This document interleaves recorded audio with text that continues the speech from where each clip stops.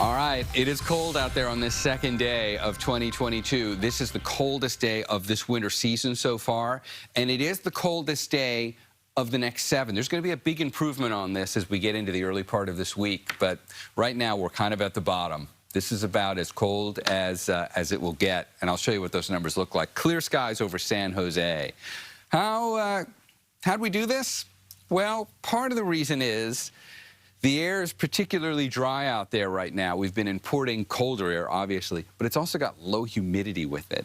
And low humidity is able to insulate far less than any air mass that's got a little more humidity to work with. It's kind of like a blanket, same way the clouds would be. If we had clouds overhead right now, we wouldn't have this issue.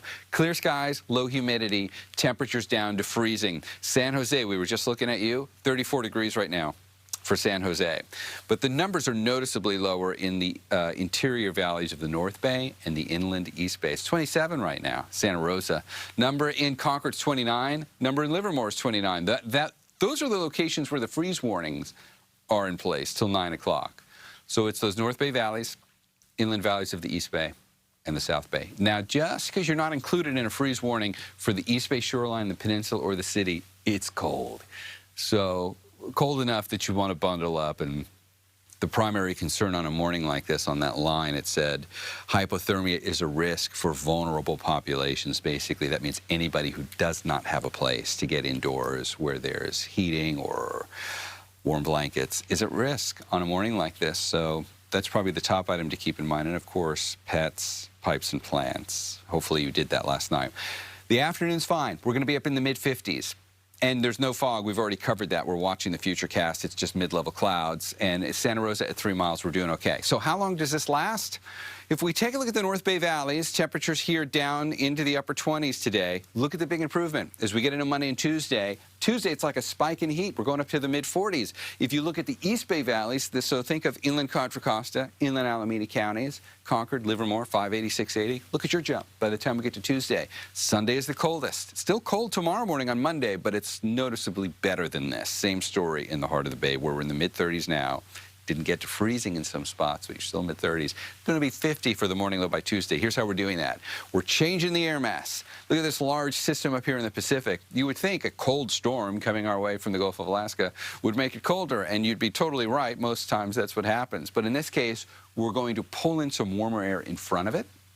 That's how the storms work as you get into that southwesterly flow. That will help.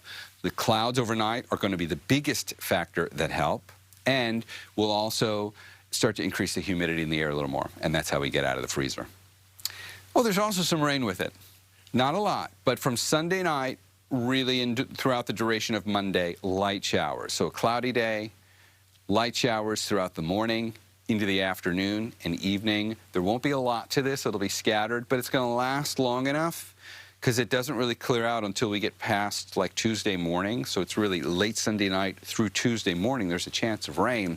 And when you add up those totals, we pick up maybe 1/4 of an inch of rain in the North Bay, far less than that in the South Bay, and about 1/10 of an inch of rain for most other locations. So it's not just rain here for Monday. We will get more snow in the Sierra, and particularly up on Donner Pass. That's about 1/2 foot on I-80. And most of that coming in that same time frame. In fact, the winter weather advisory goes from Monday morning till Tuesday morning. Slippery roads, reduced visibilities, chains probably will be required. 1/2 foot's nothing compared to what the last storm was, but 1/2 foot is still enough to cause travel concerns once you get up on I-80. And look how low the snow will get with this one. By Tuesday morning, it's down to about 3,500 feet, both on 80 and 50. That's not Pollock, that will get down to Pollock Pines, but it won't be down to Colfax on 80.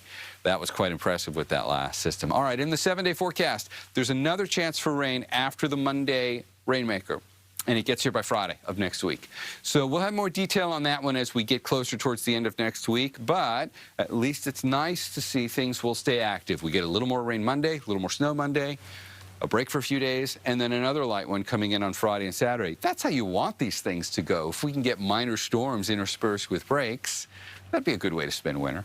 And that 2 or 3 day break probably allows crews to kind of catch up with the roads and things like that in those areas that got snow. No issues. 1/2 foot on Donner Pass. I mean, Caltrans can eat that for breakfast. It's nothing like what happened with the last storm. So, yeah, by Wednesday, you'll be fine to travel. All right.